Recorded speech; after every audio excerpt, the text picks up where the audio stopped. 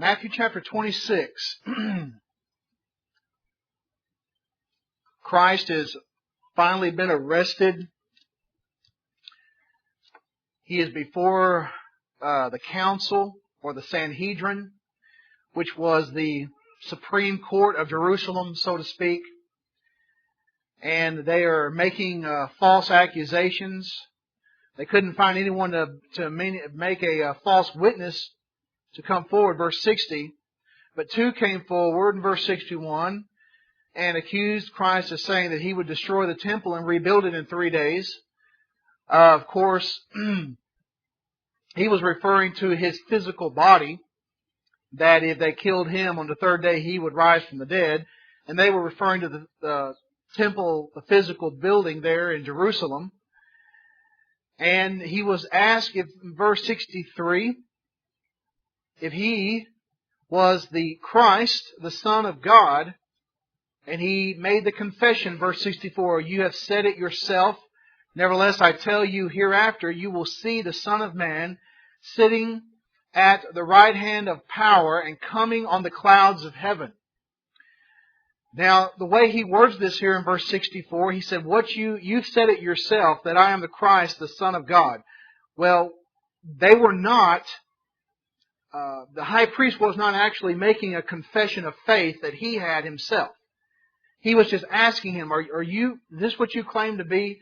They were fishing for an accusation whereby they could put Him to death. And Jesus said, you said it yourself. You don't really believe it, but you're going to see the Son of Man sitting at the right hand of power and coming in the clouds of heaven.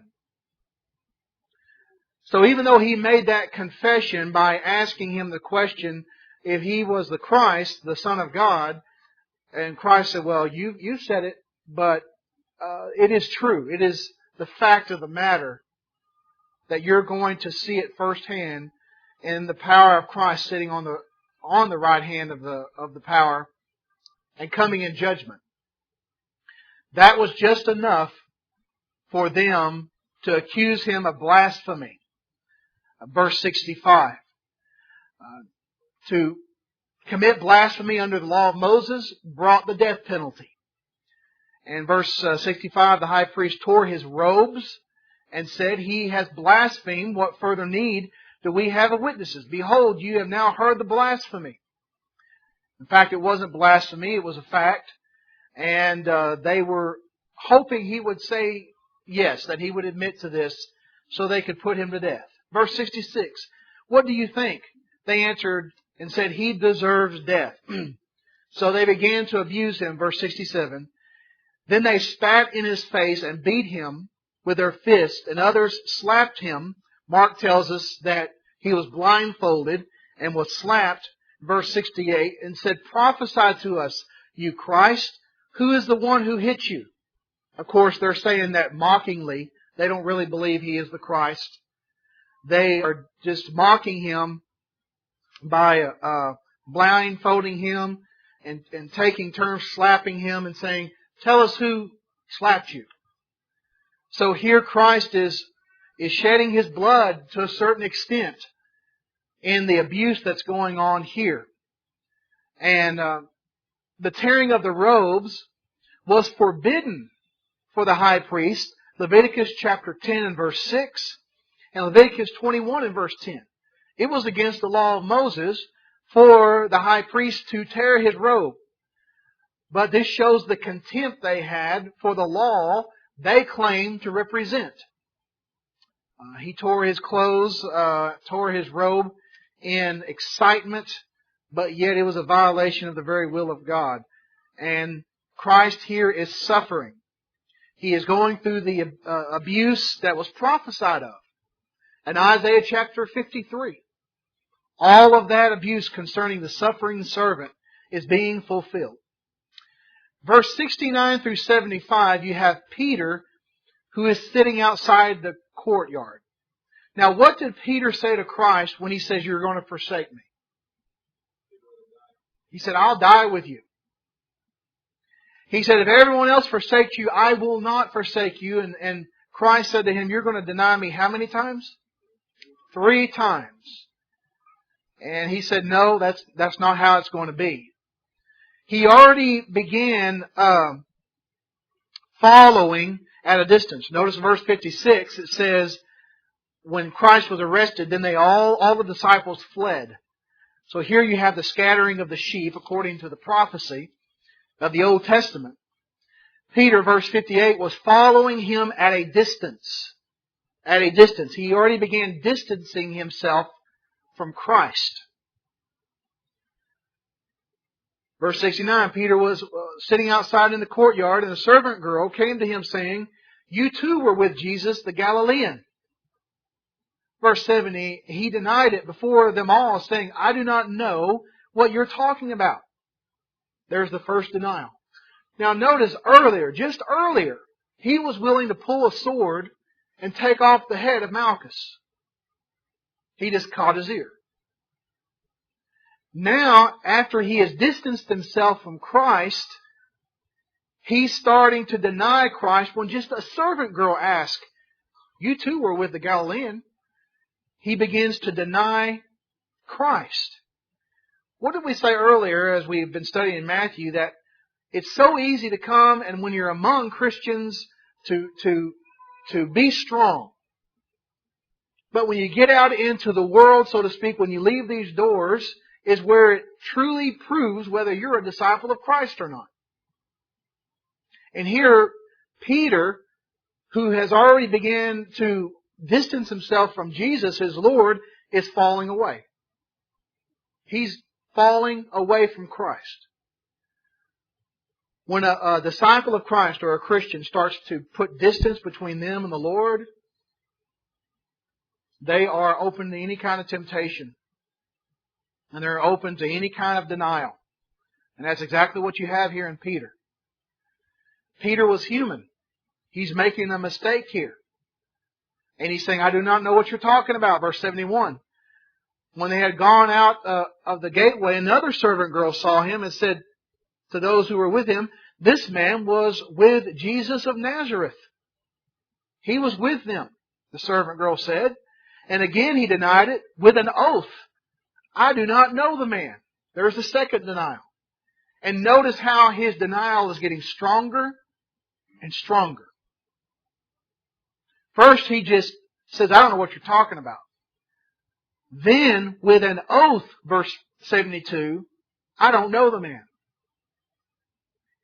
The progressive nature of sin. Psalm 1 talks about that. Walking, standing, sitting with sinners. He is getting further and further away. He took an oath. I do not know the man. Verse 73. A little later, the bystander came up and said to Peter, surely you too are one of them, for even the way you talk gives you away. Talking about how that he spoke, his accent, so to speak, would have given him away that he was from the Galilean region. Just like, when Texans go on vacation, people up north can pretty much like that tell, you're from Texas by the accent that we have. And so this bystander came up and saying, the way you talk gives you away. Verse 74. Then he began to curse and swear, I do not know the man. And immediately a rooster crowed. He went from saying, I don't know what you're talking about, to taking an oath, I do not know the man, to cursing and swearing, saying, I do not know the man. Then the rooster crowed, just like Jesus had predicted. Verse 75, Peter remembered the word which Jesus said, before a rooster crows, you will deny me 3 times. And he went out and wept bitterly.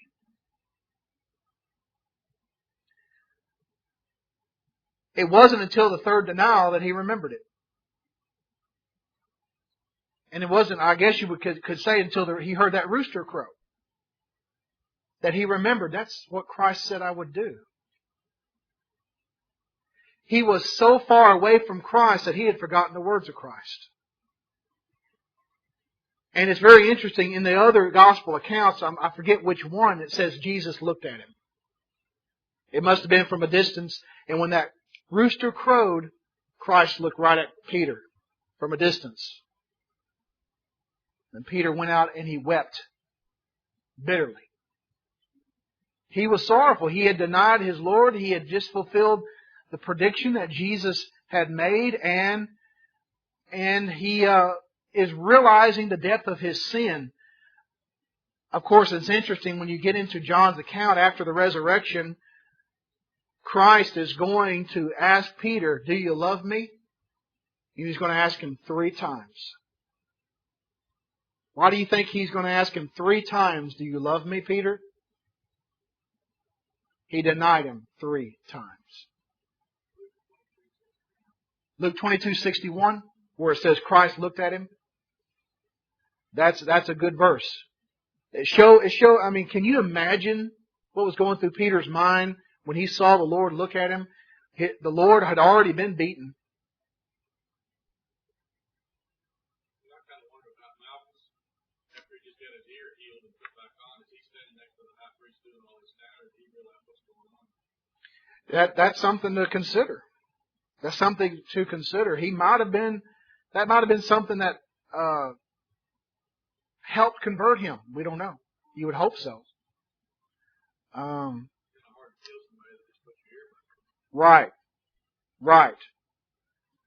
Also, we do know that there were those at the foot of the cross who became convinced he was the Son of God, seeing all that happened. So that's something to consider. I mean, that would have made an impact on me for him to do that. Here I am trying to arrest him, and he heals my ear. He's doing good to his enemy. He's loving his enemy. Not only the miracle, but the kindness behind the miracle. The love behind the miracle. You know, probably of all the apostles, I probably relate to Peter better than anyone else. This is a low point in his life. We've all got highs and lows in our life. And Peter here is at a low point. But the thing about Peter is he doesn't stay there. Later on, Peter is going to hit a low point in his life when he acts like a hypocrite around the Gentile Christians with the Jewish Christians, not eating with the Gentile Christians. Paul the Apostle has to rebuke Peter for his hypocrisy. He even carried Barnabas away into the hypocrisy.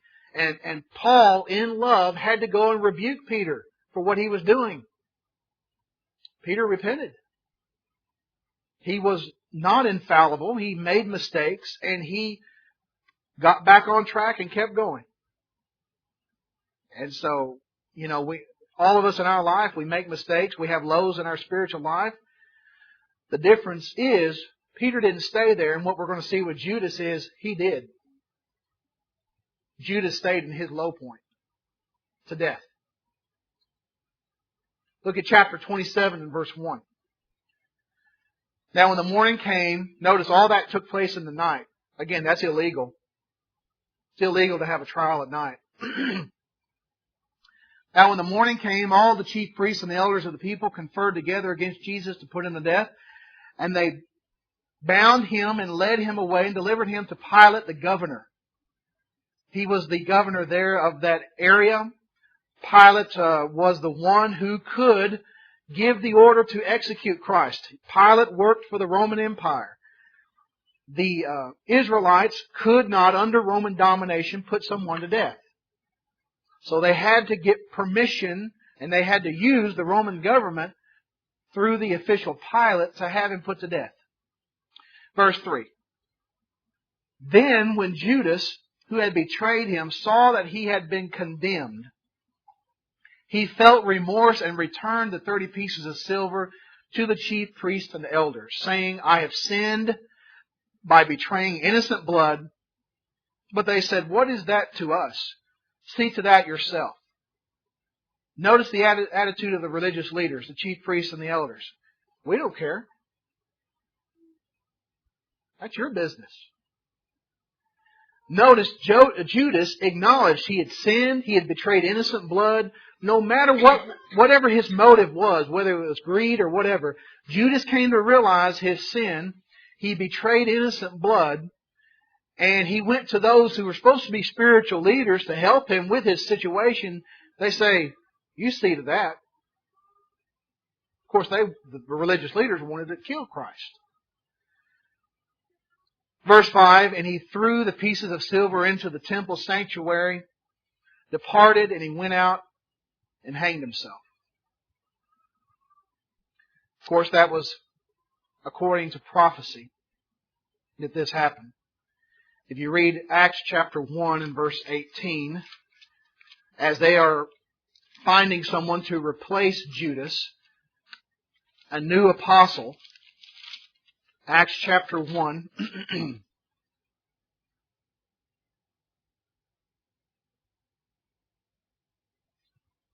verse 17, he was counted among us and received his share in this ministry, talking about Judas.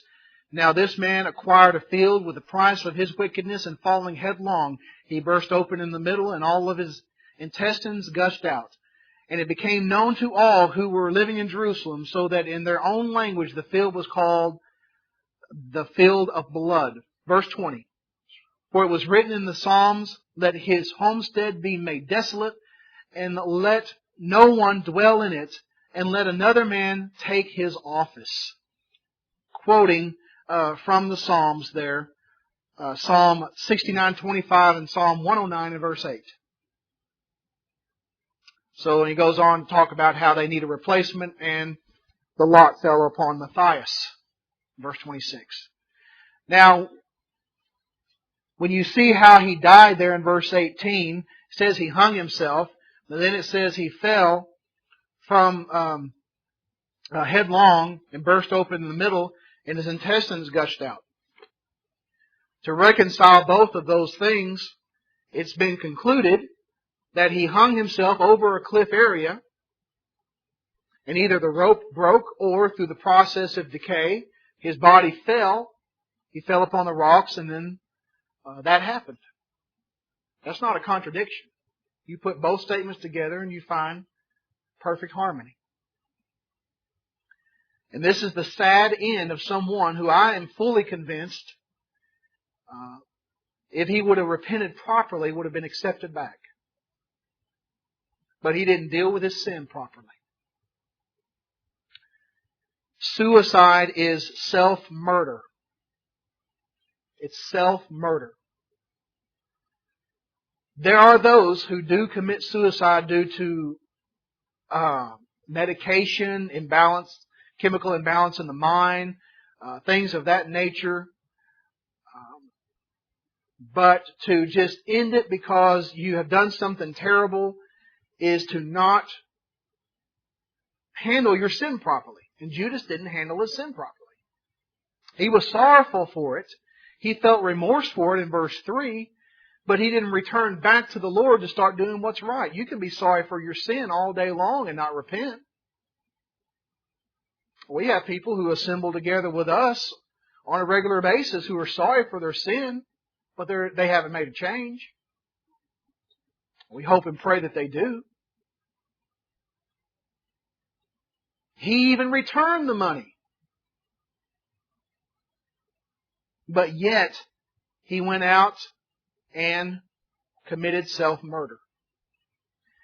Every time you find suicide in the Bible, it's almost always with someone who has forsaken the Lord. You don't find a righteous person in the Bible who's trying to live for the Lord ever contemplating suicide. Even Job, in all of his suffering and distress, in the book of Job said, I wish I'd never been born. I wish I'd have died at birth, but he never considers killing himself. It's very, very sad. Verse 6, it says, the chief priest took the pieces of silver and said, it is not lawful to put them into the temple treasury, since it is the price of blood. Well, isn't that noble of them? The hypocrisy is just amazing. They don't want to take the silver in which it was used to betray Christ and put it into the temple treasury because it's the price of blood. It's like how they're going to want to get Jesus' body down from the cross because they want to keep the Sabbath. Yet they just murdered an innocent man. Verse 7, they conferred together, and with the money they bought the potter's field as a burial place for strangers. For this reason the field has been called the field of blood to this day, that which was spoken through Jeremiah the prophet was fulfilled. And they took the 30 pieces of silver, the price of the one whose price had been set by the sons of Israel. Verse 10, and they gave them for the potter's field as the Lord directed. Now it's interesting, they bought this potter's field, and it's called the potter's field because there were broken pieces of pottery there. And they used this field where broken pieces of pottery were, kind of like a trash dump, and they would bury strangers, people who didn't have an identity, and they would bury them in these unknown graves, so to speak, so that potter's field was purchased with that money, and unknown strangers who died were buried in that field. And it was called the field of blood. And verse 9 is very interesting. This was written to fulfill the prophet Jeremiah, the prophecy of Jeremiah, and he gives the quote. But the quote is actually found in Zechariah chapter 11, verses 12 and 13. But Jeremiah talks about pottery and broken pottery in Jeremiah chapter 19, verses 1 through 13, Jeremiah 18, verses 2 through 12, and Jeremiah 32, 6 through 9. Putting all this together, and I've never seen it this way before, but one writer put it this way, that this refers to the illustrations that Jeremiah gave when he would go down to the potter's house, take a jar and give a sermon, and then for a visual aid, take that jar, throw it on the ground, and say to the people who were listening to his sermon, that's what God is going to do to Israel. That's what God is going to do. He's going to bring judgment upon Israel for their sins, and would break the piece of pottery. Well, what Judah represented as one who rejected Christ was that he represented Israel as a people rejecting Christ and spelling out their own doom. Judas represented betrayal of Christ, and it resulted in his death. The nation of Israel rejected Christ, and it brought about their destruction in 70 A.D. I believe that's the bigger picture that we see here as Matthew, by inspiration, puts these quotes together and say that they are from Jeremiah. All those lessons are there. And so Judas, in a sense, represented the whole nation. And by doing that, he killed himself, as Israel as a nation killed themselves by rejecting and crucifying Christ. Any questions or comments about that? Yes?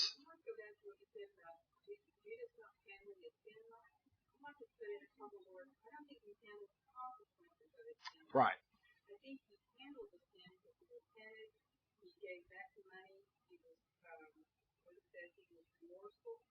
Mm-hmm.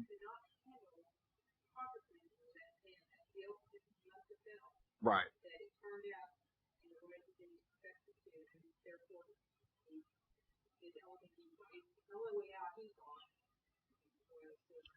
That's a good point. He could not get over what he'd done, and he was sorrowful for what he had done, and he repented. But repentance means going all the way back to the Lord. The thing is, he didn't go back to the Lord. He repented of what he had done, and he didn't return to the Lord. That contrasts him with Peter. Peter was just as guilty as Judas. But Peter repented, didn't just get sorrowful, he went back to the Lord. Judas didn't go back to the Lord.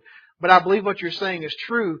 He could not get over what he had done, and the guilt ate him up, and he most likely was just so distraught that he just said, I'm going to be worthless to the Lord. He did not handle the consequences of guilt properly. And that's a good point. He obviously was not forgiven because he didn't return to the Lord. And the problem of guilt is it's there and it has a purpose, but the remedy of it is going back to the Lord and receiving the forgiveness and mercy that He's willing to offer and forgiving ourselves. Too many Christians carry around a burden of guilt for sins they committed even before they were converted. And they've already been forgiven of it. And the problem is sometimes we have problems forgiving ourselves and really realizing that we're forgiven. Really understanding that, really letting that sink in and having the assurance, blessed assurance, as the song says, that we are doing the will of the Lord. Look at verse 11. Now, Jesus stood before the governor, and the governor questioned him, saying, "Are you the king of the Jews?" And Jesus said to him, "It is as you say." And while he was being accused by the chief priests and elders, he did not answer. He wasn't trying to defend himself. Verse 13, and Pilate said to him, "Do you not hear how many things they testify against you?" See, Pilate was amazed. Why isn't he defending himself? Verse 14. He did not answer him with regard to even a single charge, so the governor was quite amazed. Why isn't he defending himself? Why isn't he saying that these things aren't true? Why isn't he begging for his life? This is not normal in his experience of things. Verse 15, now at the feast of the governor, the governor was accustomed to release for the people one prisoner whom they wanted. This was to keep on good terms with the people. He was the governor over Judea, and as a result of that, to release one prisoner during the feast of the Passover was a way of kind of being politically correct with them and keeping them in good favor with him. Verse 16, at that time they were holding a notorious prisoner named Barabbas. So when the people gathered together, Pilate said to them, "Whom do you want me to release to you, Barabbas or Jesus, who is called Christ?" For he knew that because of envy they had handed him over. They knew because of envy, jealousy, they'd handed him over, and he was hoping that they would have Christ released to a certain extent. But of course, Pilate, being a governor, being a politician, he just wanted to keep peace. Verse 19, while he was sitting on the judgment seat, his wife sent to him a message saying, "Have nothing to do with this righteous man, for last night I suffered greatly in a dream because of him." She suffered in a dream because of Christ. Do you think this was God trying to get a message across to Pilate? Do the right thing. Do the right thing. Speaking through his wife, and she's saying, don't have anything to do with it. Don't bring this guilt upon yourself. Verse 20, but the chief priests and the elders persuaded the crowds to ask for Barabbas and to put Jesus to death. But the governor said to them, "Which of the two do you want me to release to you?" And they said, "Barabbas." Pilate said to them, "Then what shall I do with Jesus, who is called Christ?" And they said, "Crucify him."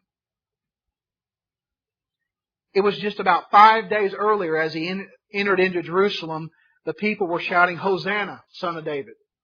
Blessed is he who comes in the name of the Lord." Now they're saying, "Crucify him." He wasn't the Christ they had hoped for. And I guarantee you today that when you preach the true gospel of Christ, the Jesus and His church of the Bible is not what people want today. They don't want the Jesus of the Bible. I say that of a lot of people. There are some who are good and honest hearts who do. Verse 23, and he said, "Why? What evil has he done?" But they kept shouting all the more, saying, "Crucify him." So Pilate is saying, what has he done? They kept saying, "Crucify him." Verse 24, Pilate said, that he was, Pilate saw that he was accomplishing nothing, but rather that a riot was about to start. He took water and washed his hands in front of the crowd, saying, I am innocent of this man's blood. See to it yourself. So he saw that things were getting out of hand. A riot was about to start. And that would spell bad news for him. He'd have to answer to the emperor. You're supposed to be governing Judea and Jerusalem. And there you are in the middle of it and a riot starts. So he understood that his job and even perhaps his life was on the line if he let a riot break out. So he took water and he washed his hand in front of the crowd and said, I'm innocent of this man's blood. That's where we get the phrase, I wash my hands of the situation. From this right here. See to it yourself. He's trying to alleviate himself from guilt. But that's not how it works. Just because he washed his hands and said, I'm innocent, does not alleviate his guilt. Verse 25, and all the people said, His blood shall be on us and our children. That's a powerful statement in verse 25. It's talking about a bloodthirsty crowd. And they're saying, we will bear the guilt and so will our descendants, our children. His blood be upon us and on our children. And so they are saying, we will bear responsibility. And as a result of that, they did bear responsibility, and that's why almost 40 years from this event, Jerusalem was destroyed. The temple was destroyed. Millions of Jews were killed. What's that? No. And struggle and strife and chaos have plagued them. Now, this does not in any way, shape, or form justify being prejudiced against Jews or Hebrews. That's a sin we know from the Bible. But a lot of the trouble they have faced down throughout the centuries, I believe, has been a result of this. So it's a powerful thing that they said. Verse 26. Then he released Barabbas for them, but after having Jesus scourged, he handed him over to be crucified. The scourging process was pretty severe. It's outlined in this little pamphlet that's out there. It talks about the scourging of Jesus. In the short time I have remaining, I want to read just a little bit from the pamphlet. They would take a prisoner and they would strip him of his clothes, almost totally naked and sometimes even to the point of nudity. They would take an instrument that had a handle on it, and in the handle they would have braided leather thongs, 3 or 4, interwoven with sheep bone, pieces of sharp metal, and small metal balls on the end.